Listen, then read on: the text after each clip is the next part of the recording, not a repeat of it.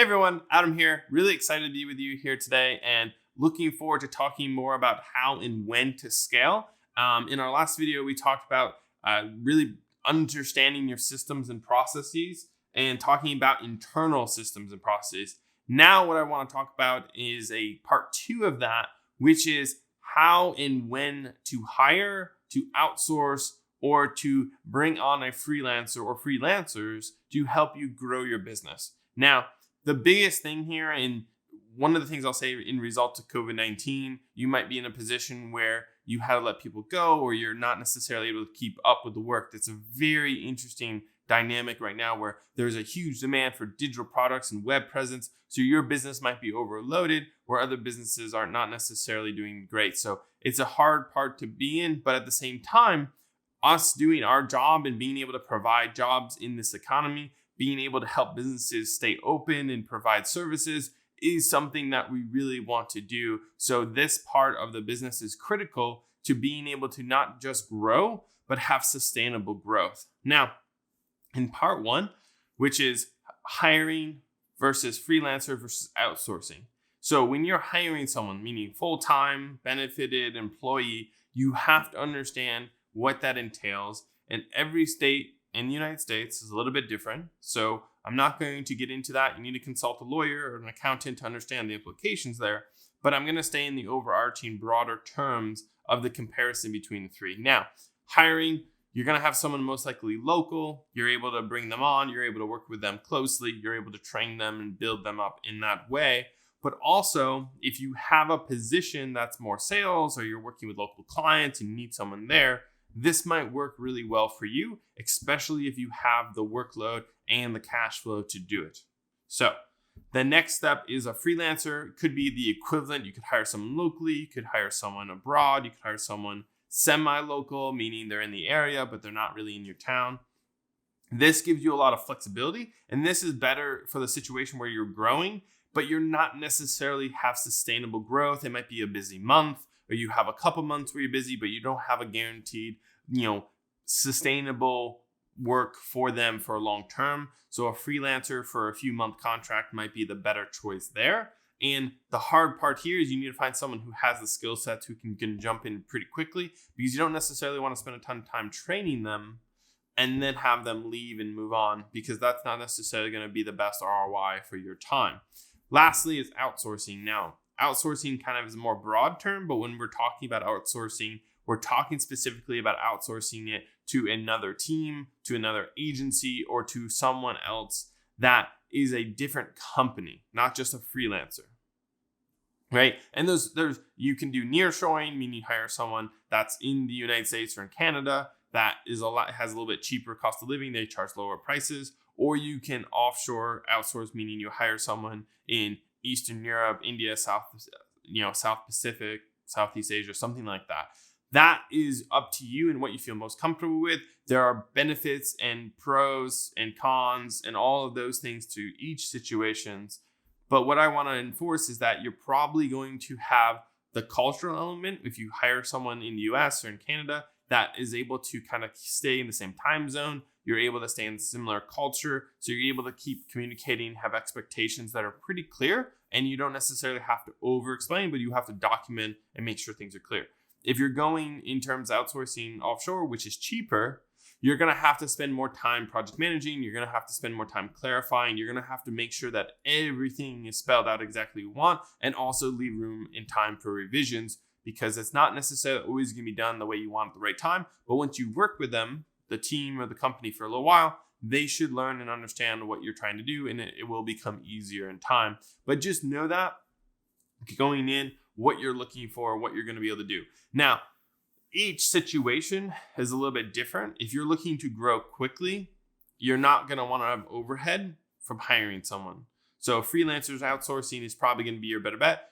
When you're outsourcing, though, one of the biggest things, you need to ensure quality and consistency. So that's what we're going to really, really, really focus on. So when is the right time, though? When you talk about those three, when is the right time?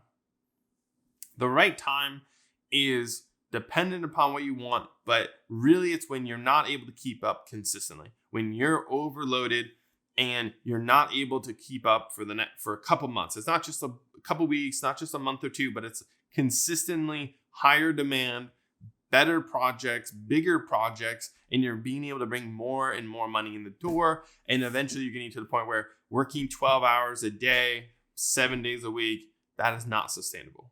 And you don't need to do that, nor is that recommended by anyone, right? One of the biggest things is when is the right time, and why you need to really focus on having an understanding of your cash flow and your project pipeline. So right now, if you're able to keep up with all of the work, it's probably not going to be the right time to hire someone. Now, that doesn't necessarily mean you shouldn't hire someone. So if you have the cash flow to hire someone and you want to offload some of the work you're doing now so you can focus on higher value activities, that is a great investment. But you need to make sure you have the cash flow and the sales pipeline to be able to support that person. Whether it's outsourcing, whether it's freelancer, or whether it's a hire, you need to make sure you fit that right situation, right? So that's the number one consideration, is you don't want to hire someone if you're hiring them officially and go through all the taxes, the legal, setting up, pay HR, payroll, all of that, just to not have the money to support them 3 months later. You don't want to do that.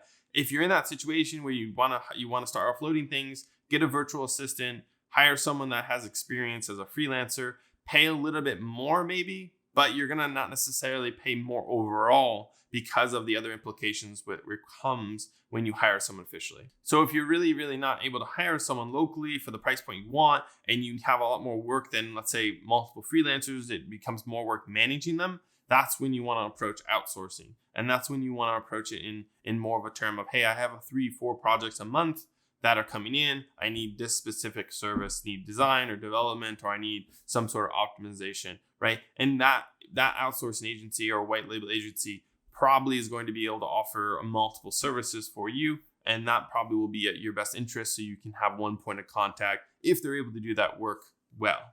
What another consideration here is when you're getting bigger and better clients, you need to think ahead. If you're getting a huge project in the door that you're going to need to work for, you don't want to hire those people as soon as you get that project and the client's starting to see deliverables. You want to hire them ahead of time so you can onboard them. You can get them ready to go so that when that project hits in full force, they're ready to get started, right? So you want to make sure that when your clients want something faster, they want things that are bigger, you're planning on that. And is that you doing all of the work, or is that you sharing some of that work and moving forward? Now, the biggest pitfall here is when you want to grow your company, right? You need to grow it in a sustainable way. One of the biggest impediments to entrepreneurs and small businesses, and there's statistics out there that the majority of small businesses and small business owners don't go beyond 5 employees. A really good book to read is called Clockwork, right? By Michael Michalowicz. One of the biggest things that he talks about in there is why companies are not able to scale. And one of the reasons why is they're not necessarily empowering their employees. They can't get above that 5 employee mark because they're creating dependencies on themselves for those employees to be able to do their work. So really what you're doing is you're amplifying the amount of work you have to do as you add employees versus offloading the work. So this is where processes and systems come into play, but also making sure that you're hiring the right people that are a good culture fit, that have the skill sets that complement yours, and are able to do the work just as good, if not better than you in time. So when you're looking to hire, when you're looking to grow, these items are going to be so critical, so crucial to your first hire. Is going to change the culture of your organization, right? Every single person you hire and bring into your organization, whether they're even a freelancer or it's an outsourced company, is going to change the culture of your company. You need to be cognizant of that, because the work that you do, the level of sophistication that you're able to do, the communication that you have with each of your clients is going to influence the culture of how people perceive you, but also what you can do.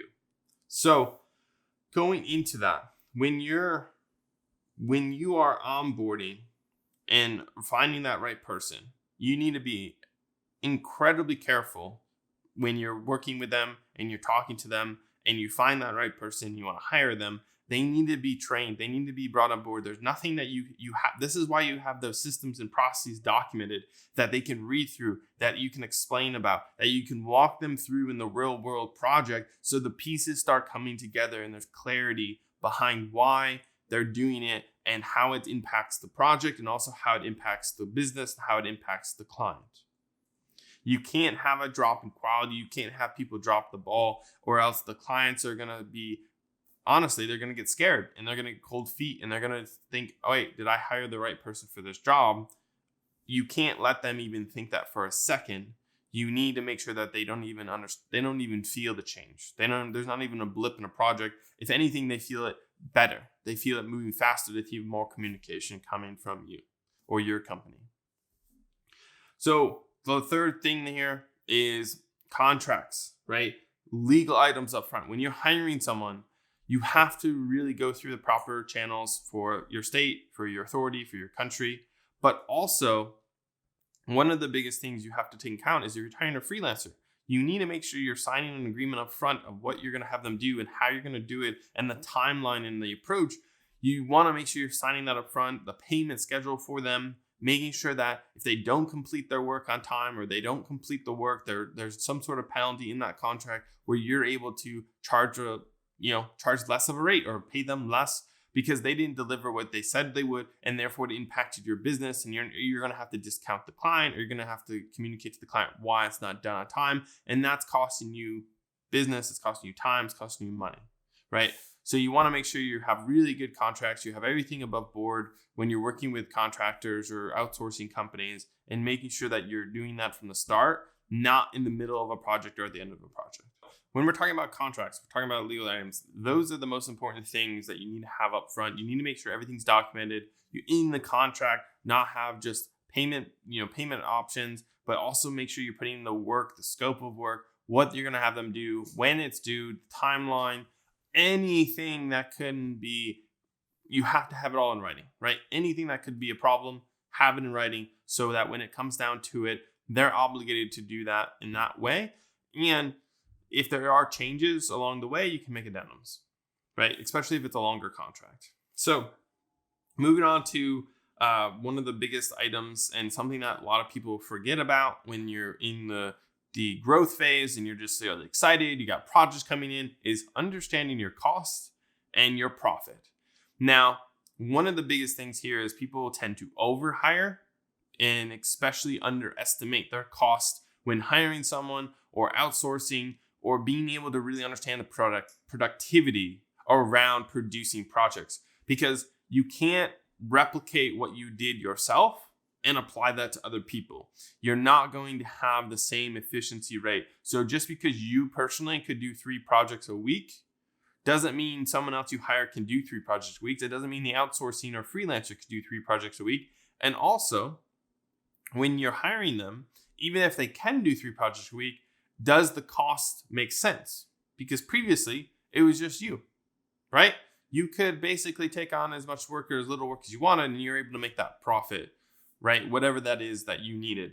But now, not only you have to take home money, not only have to set aside money for taxes and other things and tools, but now you're also adding costs because you're hiring or outsourcing someone. So you're able to have to get them set up on tools. There might be increased costs there. You're having to hire them and pay them. And you're going to have extra work to communicate, to manage that you're not going to be doing maybe direct client work. So you're going to have more overhead. So make sure you're doing the math. Make sure your pricing strategy is correct when you're hiring people. The best scenario here is that when you're looking at your prices, factor in your overhead, right? Factor in the work that you're doing, not just the hourly work, but the time spent on the planning side, the cost of tools, the cost of just purely having a business, right? So when you're working with other people and you're hiring them on board, the pricing that you previously had that was really good for you doesn't mean it's going to stay the same. And that's going to be tricky. And I would recommend checking out one of my other videos, is how and when to raise your prices properly, right?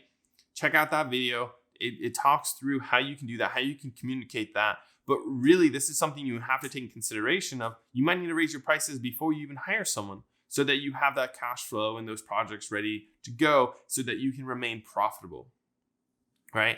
The flip side of that is maybe you don't want to raise your prices and you're able to stockpile cash so that you can have enough time to work up to the point where you have efficiency, you have numbers, you have scale to make things profitable again. Now that is a little bit riskier because you can't guarantee you're going to have that. But if you're willing to you're willing to focus more on quantity and on volume and scale, that could be a really good strategy. But you only have 6 months to get there, and that's the way you can push yourself and your organization to make it. Now that's a really, really hardline growth strategy to make it happen. But that is an additional route you can take if you want to approach it a little bit faster, a little bit harder than if you're going to take it one step at a time. So just in review, right now is take into consideration the different types of hiring. If you're going to be going to do a direct hire full-time, if you're outsourcing, or if you're going to hire a freelancer or multiple freelancers, you want to know when is the right time to grow. Take in consideration all the factors. Don't just hire someone because you have more work. Make sure that you're factoring in the additional cost that's going to take, the more time it's going to take on you, and you're hiring the right people, right? The onboarding side, when you're bringing them on, make sure you're introducing them to your processes, making sure that you're understanding what they can do and what they can contribute. And also make sure that you're not taking things for granted just because you did it that way and you could do 3 projects a week doesn't mean they can right away, right? So you have to make sure you factor that in to your business. Make sure you have contracts, everything in writing, upfront, very clear. And lastly, take into consideration your cost and your profit model. Do not forget to run the numbers and understand what you have to do to be profitable, and make sure that you have a sustainable organization. So if that means you have to raise your prices, check out one of my other videos. If that means you're able to save money over the course of 6 months and then invest that and use that to keep your business going while you get back up to scale, find out what strategy works for the type of business you want to have and go for it. But do it in a way that makes sense and is sustainable, and you don't have this up and down kind of environment where you hire a bunch of people, then you have to let people go, and then you hire more and let people go. That's not going to be great for your business. That's going to disrupt your culture, and it's going to be hard to find people after a while. With that being said, I hope you find this video to be very helpful. Remember, if you have any questions or anything you'd like to add or you'd like me to talk about, please comment down below. I would really appreciate if you like this video, and don't forget to grow as you go.